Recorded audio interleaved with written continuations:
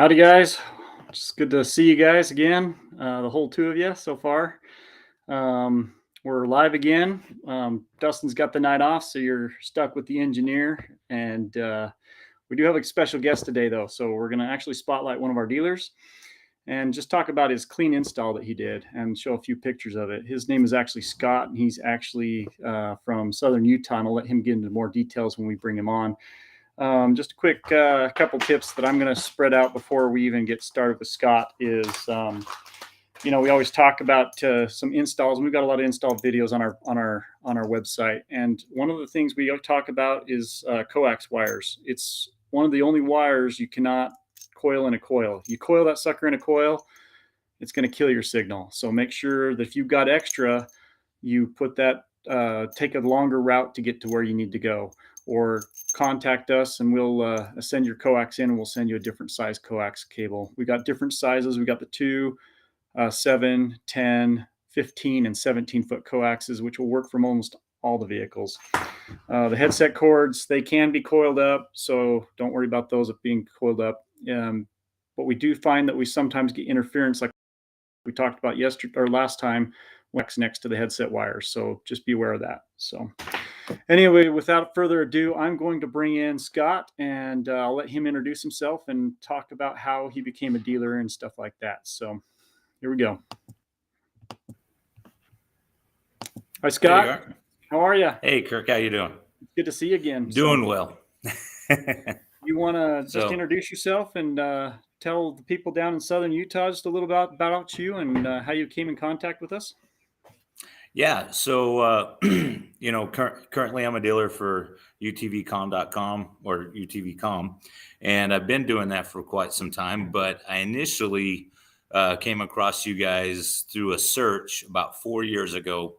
I had done a group ride out here at Sand Hollow, and it seemed like everybody out there had some sort of radio or some kind of intercom system, and I didn't. The only thing I had was a little sound bar thing, and so after a couple days of riding there, not being able to communicate with anybody and having to, every time I slow down, turn the music down, and every time I speed up, turn the music up, and got kind of frustrated with that. So I did a little bit of research, and I came across you guys, and I came across the initial S2 with the 2 headset, which was a singular mount behind the head, at least on most of them, where you had the radio and the comm integrated together with 2 headsets and the antenna off the back. So when I told my wife what I was going to do, she's like, "Why are we doing this? What do we need this for?" And so I said, "Just trust me. Maybe it will work. Maybe it won't." Put it on. And initially I wasn't sure what to expect. And I talked to you and to Dustin right afterwards, and you guys helped me kind of clear up whatever issues I thought I was having and my expectations. And man, once we started doing that, my wife was in the car anytime I said, "Let's go ride." And so the biggest thing was that we were able to cut down a lot of noise. We could have a conversation like you and I are doing.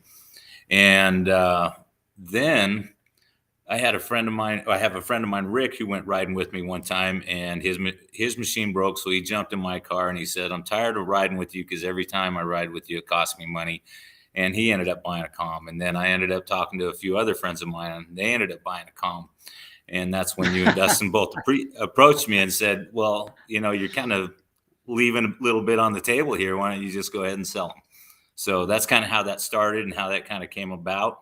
And just a little bit here and there. And even right now, it's not a full-time thing for me, but I enjoy it.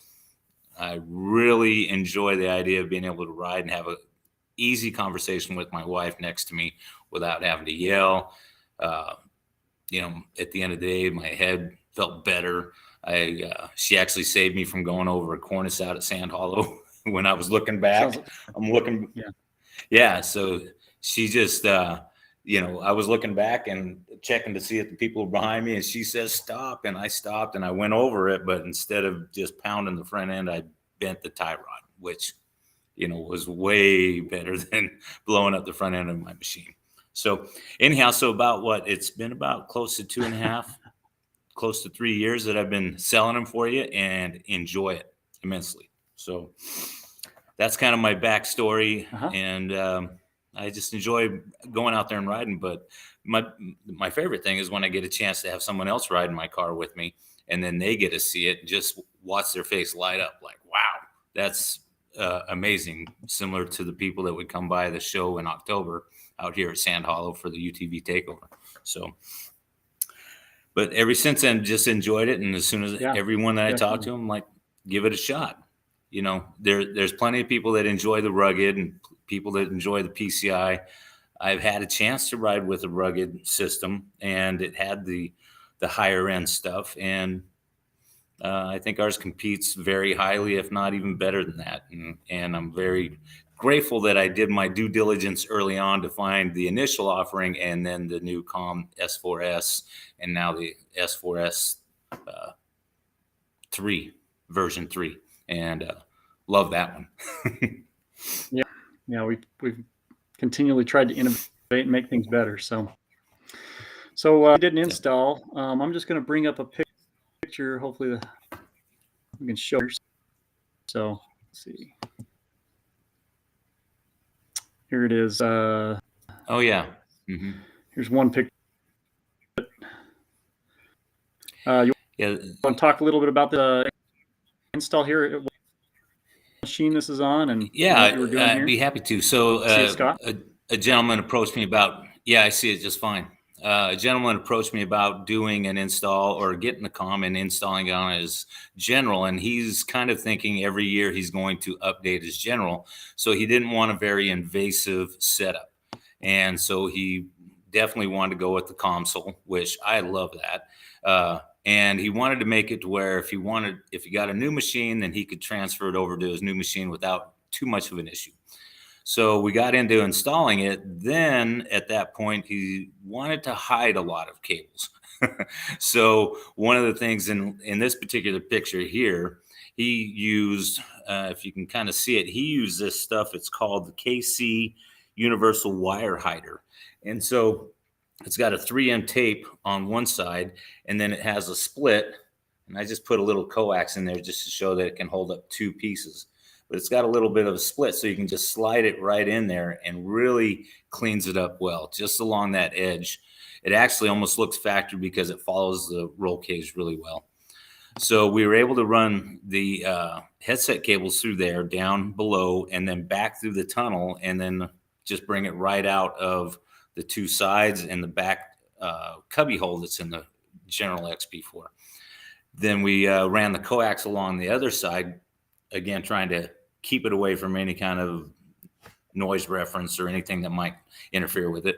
And so we ran it along that upper edge between the roll cage and the roof, and it just slid right in there, and then added a few pieces of this KC wire hider along the edge just to kind of tuck it in. Then I made a mount because we really couldn't find a comfortable place to put the antenna, and I think I took a picture of that. But if not, I ended up making a mount out of that 16 gauge metal. I think I do have the antenna. Yeah.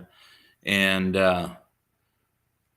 when we get to that, but I got that. It was just a strip of this framing galvanized metal, and I just cut it down to the size we needed in the back, put a hole in it, put a bigger hole in his roof, ran it from the inside up through the bigger hole for the NMO connector, mounted the metal to the roof, and then mounted the connector through that.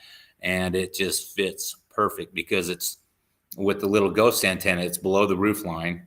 So he can drive in and out of his garage or not really worry about it if he's in real close to his riding companions, or he can just go ahead and put the standard antenna up there. But he ended up getting the dual antenna for the regular antenna as well as the ghost. So he has that as an option. But when it was all said and done, it took quite some time. Download that one. And sorry about that. That's all right. Scott. Yeah. I did have that picture. I failed to download it. So. But it was kind of a really neat place where we found it, because on the back of the General, it had just a nice flat area there and just a 3.5 by 3.5 area.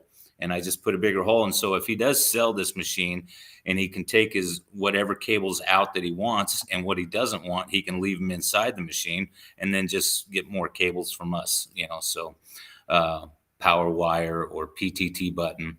I ended up running his PTT button down the driver's side roll cage. There's a hole, dropped it down through, just off to the corner there, down through and underneath. And then we put a driver PTT button and then a passenger one on the grip handle on for the passenger side.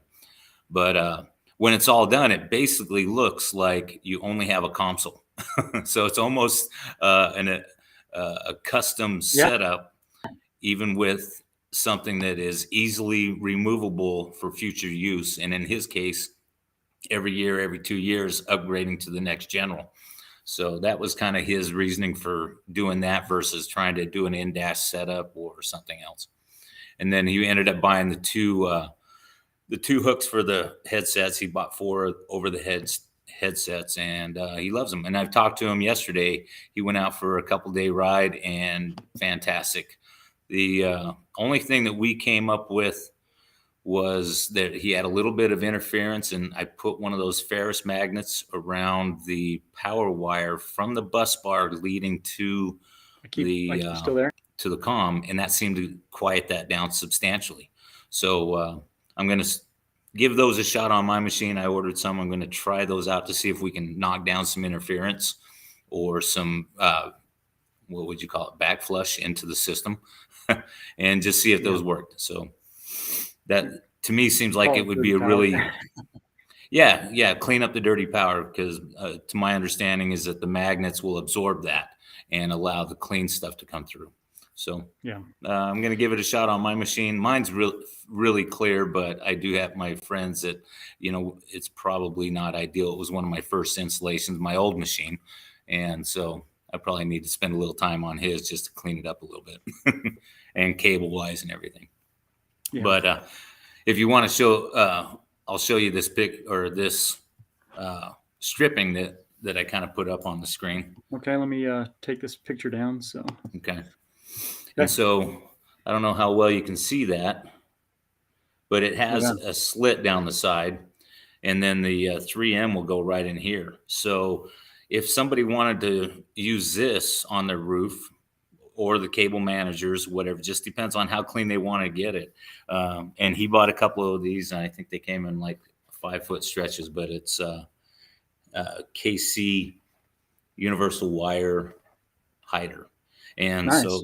So far it's worked out really well. I think I'm gonna get some of that for some more installations. People that, I don't mind having to see the cables, but other people, they want it as clean as they can, but still using the console. So I think that gives us the best of both worlds, where we can do a clean install hidden with in-dash, or we can do the console and still make it somewhat hidden and look super, super nice. So, but anyhow, this gentleman with the XP4, he was over the moon on how well it looked. And like I said, it did take some time because we had to really think this through. It wasn't just a standard console install, here's the cables and run it back and kind of clean it up, but they're there. So it turned out really well. So awesome. Yeah, it's anything to do a clean install. Some people don't like that Mad Max look. We put that on just because we advertise the cable managers, so it's a little simpler for some people, but a lot of people like that clean look, and you definitely did a good job here. I'm just going to get to a few comments here. It looks like Linda's in. Hi, Linda. Let's see if we can show your comment here. Hi, we love the intercom system. We ordered the system last year for the Can-Am. Today I ordered 2 more systems for our kids' razors. Wow. Perfect. I wish I was your kid.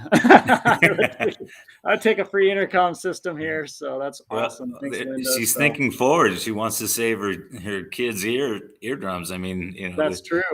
Save for me, I already have a loss of hearing. That's why I wear some earbuds. And, for me, I just want to extend as much hearing as I can have for the rest of my life. And yeah, definitely. Those machines can get super loud. Yeah, we talked about that I guess it was a couple weeks ago. They're all starting to blur together here, but I know we talked about the difference in the decibels for the different That's machines. Right. A couple weeks ago you did that. Yeah. And anybody else on there?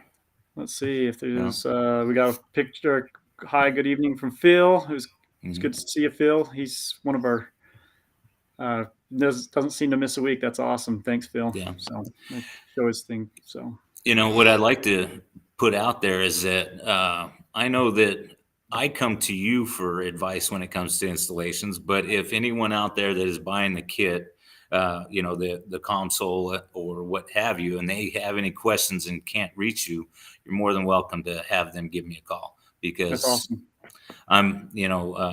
I'm like 7-Eleven. I'm open 24 hours a day, basically on my phone for my regular job. And then also this job and a few other little things that I like to keep busy. So if that phone rings, I answer it. And I love helping people get their comm set up properly. If they have questions as concern the radio, I've been really focusing on the radio end as of this last year, working on some of the finer details, the TMR. Haven't had a chance really to use it, but I've have a great understanding how to do that. I like the idea of being able to use that GMRS channels with their privacy tones, and maybe people can have a little bit more fun with it and not feel so daunted by the radio itself and just go, it's just a radio.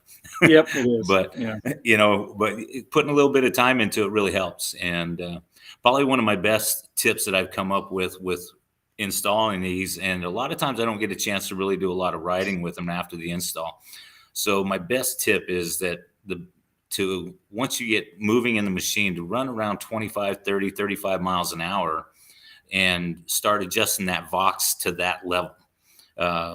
Gas it a little bit, and when that Vox kicks on, if you want to increase the decibel level, then just do 1 or 2 bumps.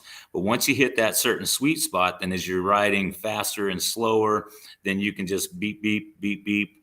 You can hit that middle ground real quick. But if you try and do it in an idle machine or a quiet environment, it'll be almost impossible to get something to where the first time you go out there, it's just rolling into your ears from day one. Yep. So that's my biggest advice to anybody with the Voxes, to go out, ride it 25, 30, 35, depending on how loud of a machine you have. And like this Polaris General, we actually had to get it to 40 to actually kick the Vox open at a level that was a little bit higher than what we initially started with. But my little Arctic Cat that I used to have, heck, you start revving that thing at 15 miles an hour, that's already kicking up, and my Kawasaki. So somewhere in that range, that's where they adjust the Vox. They don't talk. Adjust the Vox, gas it if it kicks on, and then you can determine from that point where you want to go. That's the best one, because a lot of people have a hard time with that initially, understanding that's how they can really keep that noise out of their head. So definitely. Looks like we got another comment from Rick. Hey dudes, I appreciate it. Say thanks, Rick, for tuning in. Appreciate it. So hey, Rickham, that's my boy right there. Is that your boy? yeah. He's the one that every time he rides with me, he says I cost him money. So that's right. Okay. So yeah, I had an old 800 and old 800 Razor, one of the first ones. It was an 08. It was the first model that came out. Man, that thing, it ran like a champ most of the time, but it seems like it broke down. Something would break. It would never left me stranded out there, but it seems like something broke every time I was out there, and there was probably a lot of rider error on my end. So yeah. Well, Rick, he's my road dog with us. So when we go out now, just about everyone in our crew obviously has the comm now, but he was the first one to take the plunge after me. And actually, he got the first S4S because I was still running the S2. And so he's kind of so whenever we're out riding, he's our back guy. And but he every once in a while, his Can-Am likes to get tired and sleep on its side. So there you go, Rick. I hope you're hearing that. Chris came in. Howdy, Chris. It's good to see you. Hey, Chris. Thanks for joining in. So, I mean, that's where can we find you again, Scott, for those that are turning late? So, yeah, you can go ahead and they can email the info.com or info.utv.com.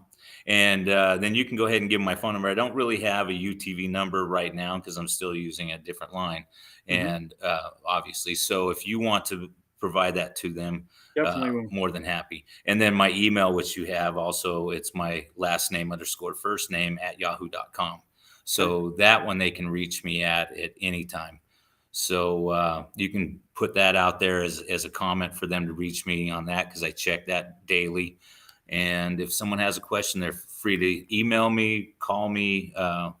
My time, I just want to make sure people have a good experience with it. And a lot of times people get out there with something new, and if they don't have a little extra help on it, then they get a little soured on it. And there's no reason to be soured on this setup, because to me, after riding with the rugged system and someone else, and they're good systems, but they just don't compare when you have the stereo sound that we get in our machines. So really, really awesome. And that mic, how clear it is to have a conversation with somebody and not have to yell, or keeping the mic at the right level from your mouth, and then you're just speaking just like we are right now. It's really amazing. So yeah, it's great. Looks like Linda's got another comment for us. Let's see. You've been great support for the do-it-yourself kit. How do you mount the inline noise filter since they're not in the in-dash? So the inline noise filter, I've actually got one. Let me grab it real quick. And then we'll answer Chris's after that. So the inline noise filter can be a little confusing. We do have a really nice diagram on our website. So sorry, this thing's mirrored, so I'm going backwards here on myself. So you get this red wire and the black wire. So all the grounds, Linda, all the grounds will be tied together. So the ground from the intercom, the ground from the radio, and the ground coming in will all get tied together. And I've got a really nice video on this too, but the reds, so the red wire is actually what we call the dirty side. So this red wire will go from your battery or your ACC, wherever you've got the power coming into the comm. These will be tied together. And then this is the blue wire. We actually call this the clean side. So the clean side will be tied to your radio red and your intercom red. So that'll be the hot. This will be the power that you connect your intercom and radio to. And again, we've got a really nice video that demonstrates that. I show it with the intercom and radio and the noise filter all sitting on a table, and show how the wires are running and stuff. If you go to our tech support install examples, we got a really nice video on the noise filter. And if you click on the noise filter product itself, I've actually got a diagram too. It's just a still diagram that shows it all put together. So, and if you're still having issues, like you said, you can call us up too. So yeah, looks like we have a question from Chris. Yeah. Yep. My question for you: if you are riding music in my ears and you are connected with other riders, will they? So they shouldn't hear your music. I have had one instance where VHF channels, for some reason, it was pumping the music, a very light tone. I'm not sure what it was doing. I think we've cleared that up, but they shouldn't hear your music. It should cut it off, especially if you got the Vox up one notch. If you put the Vox up, we purposely make it so you have to over talk the Vox 1 second. So we've got a delay. And the reason why we do that 1 second is so your music doesn't sound choppy if the wind opens up your mic for some reason. So we got 1 second, you got to talk over the Vox, and then the Vox should mute your music. So unless you've got it all the way down, if you turn the Vox all the way down, then you have to talk over the music, and the music plays nonstop. It turns the Vox off. So hopefully that answers your question, Chris. What is the distance? He also asked, and what is the distance? Oh, sorry. Yeah. Let me get that one. What distance? You want to go ahead and you know that one, Scott? Answer that. Yeah, well, I kind of get a little bit of a feeling out here in southern Utah. We have some wide open areas, and we also have some tree-lined areas and hills and canyons and valleys and things. So if I'm using the little ghost antenna, I actually, in a line of sight, I've had it from my house, which I live actually very close to the Virgin River in Washington Fields in Washington. And my wife was in the house with a handheld Bofang, and I was up on the mountain with the little ghost up at Sand Hollow, which, as the crow flies, is probably 4 miles. And she was hearing me as she had it inside. So nice. Straight line distance, line of sight, you can probably get 5 to 6, 7 miles out of that little ghost antenna.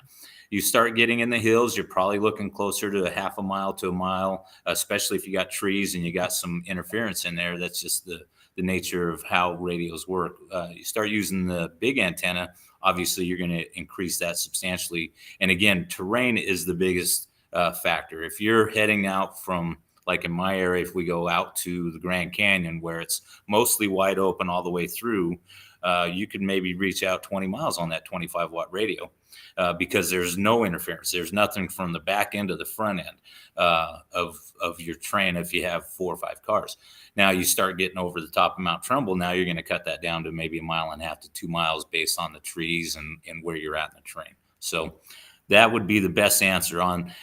Typically expect 2 miles, 1.5 to 2 miles in the mountains.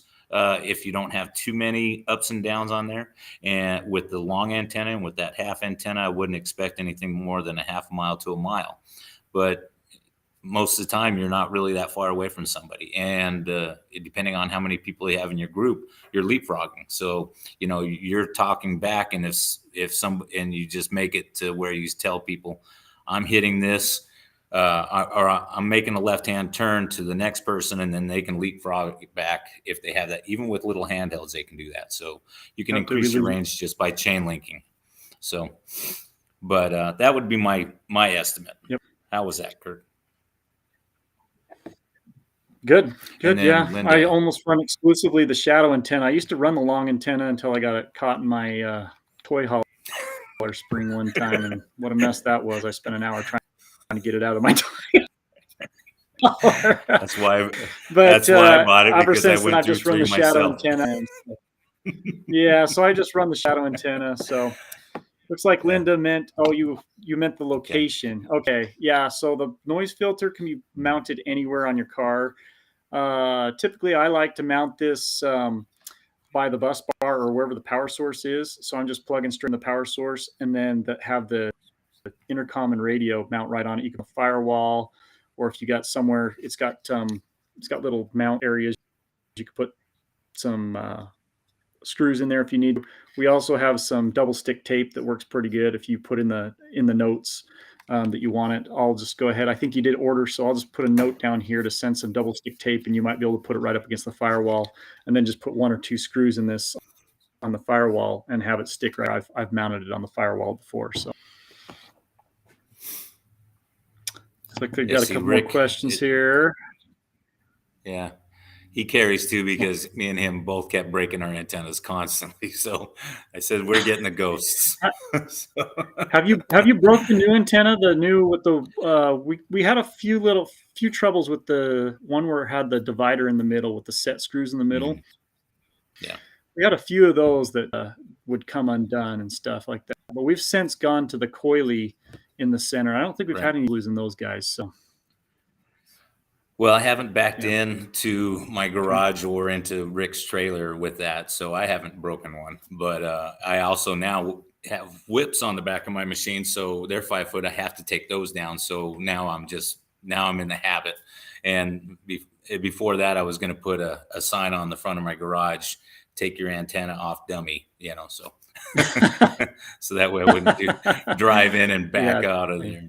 Yeah. Yes, the console does have a filter built into it. So I can actually, if you've watched our latest video of how it's made, you'll see the console on there. So go to our YouTube and watch how we go through not everything on the console. There's quite a few extra things that we didn't cover on there, like the programming of the radio, the actual button. But you'll see the noise filter being plugged in there. It's actually right behind the intercom. If you pull that little grommet on the bottom of the intercom, you can look up inside there, and you'll see the noise filter just right behind the intercom. So yes, it's built in. I do know that there's a few machines out there we've had problems with that it's just so dirty that it doesn't overcome our noise filter. There are some aftermarket. The Kenwood noise filters are really good for cleaning up like the Honda Talon and anything Polaris Dynamics. So if our filter's doing it, we've tried to get Kenwood to sell us that one. I can't remember the actual model. I'll go ahead and leave it in the comments when I find it again. But it's if you just Google Kenwood, That's a really black mass, a little black walnut type looking thing, and it's a really good noise filter. So.